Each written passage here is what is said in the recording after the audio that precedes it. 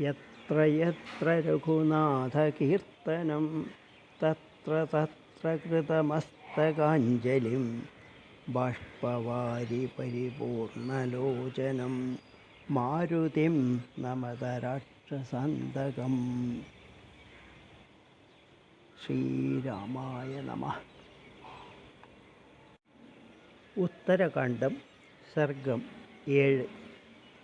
ബ്രഹ്മദേവൻ ആദ്യം അംബസ്സുകളെ സൃഷ്ടിച്ചു. അവയുടെ രക്ഷക്കായി രാക്ഷസരെയും യക്ഷന്മാരെയും നിയോഗിച്ചു. രാക്ഷസാധിപനായ ഹേതിയുടെ വംശത്തിൽ ജനിച്ച രാക്ഷസരാണ് മാല്യവാൻ, സുമാലി, മാലി എന്നിവർ. അവർ തപസ് ചെയ്ത് ബ്രഹ്മാവിൽ നിന്ന് ആരാലും ജയിക്കപ്പെടാത്തവരായിരിക്കട്ടെ എന്ന വരം സമ്പാദിച്ചു. വിശ്വകർമാവിൻ്റെ അനുമതിയോടുകൂടി ആ രാക്ഷസോത്തമന്മാർ അനേകം പരിവാരങ്ങളോടുകൂടി ലങ്കാപുരിയിൽ വസിക്കാൻ തുടങ്ങി. അവർ ദേവന്മാരെയും ഋഷികളെയും യക്ഷന്മാരെയും ഉപദ്രവിച്ചു കൊണ്ടിരുന്നു. ദേവന്മാർ മഹാവിഷ്ണുവിനെ ശരണം പ്രാപിച്ചു.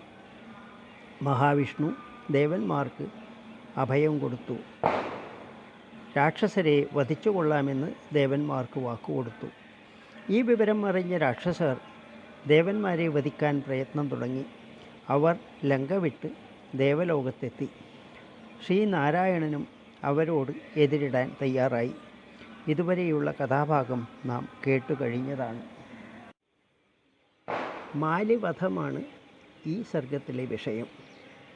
രാക്ഷസർ ശ്രീനാരായണൻ്റെ മേൽ ശരങ്ങൾ വർഷിച്ചു. രാക്ഷസരുടെ ശരങ്ങൾ തേൻകുടത്തിൽ ഈച്ചകൾ എന്ന പോലെ ശ്രീനാരായണൻ്റെ ദേഹത്തിൽ പ്രവേശിച്ചു. രഥികളും ആനപ്പടയാളികളും കുതിരപ്പടയാളികളും കാലാളുകളുമായ രാക്ഷസവീരന്മാർ ശ്രീനാരായണനെ ശ്വാസം മുട്ടിച്ചു. അജയ്യനായ അച്യുതൻ ശാർങ്കം വളച്ച് രാക്ഷസരുടെ നേർക്ക് ശരങ്ങൾ വർഷിച്ചു. വിഷ്ണു ഭഗവാൻ ആയിരക്കണക്കിന് രാക്ഷസരെ കൂരമ്പുകൾ കൊണ്ട് പിളർന്നു. പുരുഷോത്തമൻ പാഞ്ചജന്യം എന്ന മഹാശംഖത്തെ ഊതിയപ്പോൾ ആ ശബ്ദം ത്രിലോകങ്ങളെയും നടുക്കി. ശംഖധ്വനി കേട്ട രാക്ഷസർ വിറച്ചു. കുതിരകൾക്ക് നേരെ നിൽക്കാൻ കഴിഞ്ഞില്ല. ആനകളുടെ ഉത്സാഹം കുറഞ്ഞു. വീരന്മാർ രഥങ്ങളിൽ നിന്ന് താഴെ വീണു. പരുക്കേറ്റ രാക്ഷസരുടെ ശരീരങ്ങളിൽ നിന്ന് ചോരപ്പുഴകൾ ഒഴുകി. ശ്രീഹരി ബാണങ്ങൾ കൊണ്ട് രാക്ഷസരുടെ കഴുത്തുകളെയും ആവനാഴികളെയും പതാകകളെയും ബാണങ്ങൾ, കൊടികൾ, വില്ലുകൾ എന്നിവയെയും പൊടിപൊടിയാക്കി. വിഷ്ണു ഭഗവാനാൽ ഓടിക്കപ്പെട്ട് രാക്ഷസർ സർപ്പത്തെ കണ്ട എലികളെപ്പോലെ പേടിച്ചോടി. മധുസൂദനൻ പാഞ്ചജന്യത്തെ മുഴക്കി. ശ്രീനാരായണൻ്റെ ബാണങ്ങളാൽ ഭീതി പൂണ്ടതും ശംഖധ്വനിയാൽ നടുങ്ങിപ്പോയതും തോറ്റോടിയതുമായ രാക്ഷസ സൈന്യം ലങ്കയിലേക്ക് ഓടാൻ തുടങ്ങി. ശ്രീനാരായണ ബാണങ്ങളേറ്റ് രാക്ഷസ സൈന്യം ചിതറിപ്പോകുന്നത് കണ്ട് സുമാലി ശ്രീഹരിയെ ശരവർഷത്താൽ തടുത്തു. ആ രാക്ഷസൻ മതിച്ച ആനയെപ്പോലെ ഗർജിച്ചു. ശ്രീഹരി സുമാലിയുടെ സാരഥിയുടെ ശിരസ്സ് മുറിച്ച് താഴെയിട്ടു. സാരഥിയില്ലാതെ അങ്ങുമിങ്ങും ലക്ഷ്യമില്ലാതെ ഓടുന്ന അശ്വങ്ങളോടുകൂടിയ സുമാലി എന്തു ചെയ്യണം എന്നറിയാതെ ഉഴറി. സമർത്ഥനായ മാലി സുമാലിയുടെ തേർ കുതിരകളോടും കൂടെ നശിച്ചപ്പോൾ ശരം തൊടുത്ത വില്ല് കയ്യിലെടുത്ത് മഹാവിഷ്ണുവിനെ നേരിട്ടു. മാലിയുടെ വില്ലിൽ നിന്ന് എയ്യപ്പെട്ട അനേകം ശരങ്ങൾ പക്ഷികൾ ക്രൗഞ്ചപർവ്വതത്തിൽ എന്ന പോലെ ശ്രീഹരിയുടെ ദേഹത്തിൽ തറച്ചു കയറി. ആയിരക്കണക്കിന് ബാണങ്ങളാൽ പീഡിക്കപ്പെട്ടിട്ടും വിഷ്ണു ഭഗവാൻ ഒട്ടും തന്നെ ക്ഷുഭിതനായില്ല. ശംഖചക്രഗദാധാരിയായ ശ്രീഹരി അനേകം ബാണങ്ങളാൽ മാലിയെ കുഴക്കിയ ശേഷം അവൻ്റെ കിരീടത്തെയും ധ്വജത്തിനെയും വില്ലിനെയും കുതിരകളെയും മുറിച്ചു വീഴ്ത്തി. രാക്ഷസോത്തമനായ മാലി ഗദാപാണിയായി പർവ്വതാഗ്രത്തിൽ നിന്ന് സിംഹം എന്ന പോലെ ചാടി വീണു.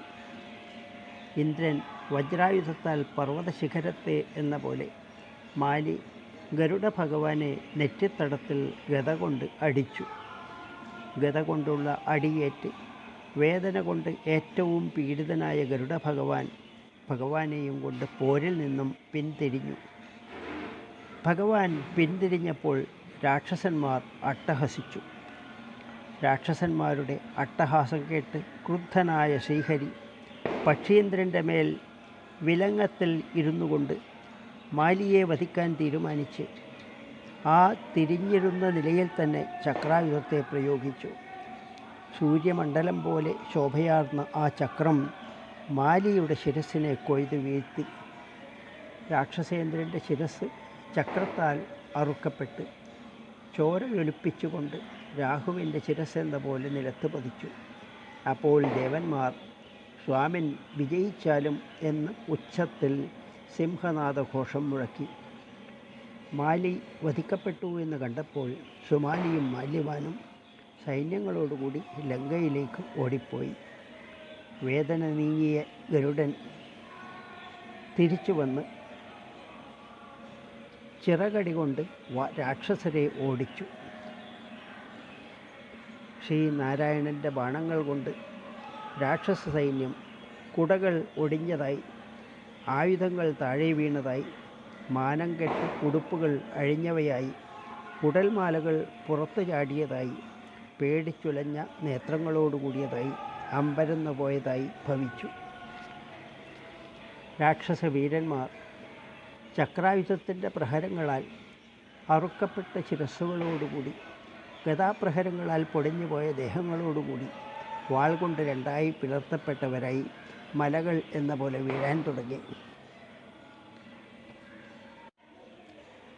കരിങ്കാറുകൾ പോലെയുള്ള രാക്ഷസർ തൂങ്ങിയാടുന്ന മണിഹാര കുണ്ടലങ്ങളോടുകൂടി നീലപർവ്വതം വീണുകിടക്കുന്നത് പോലെ വീണുകിടക്കുന്നത് കാണായി. 7-ാം സർഗം ഇവിടെ അവസാനിച്ചു.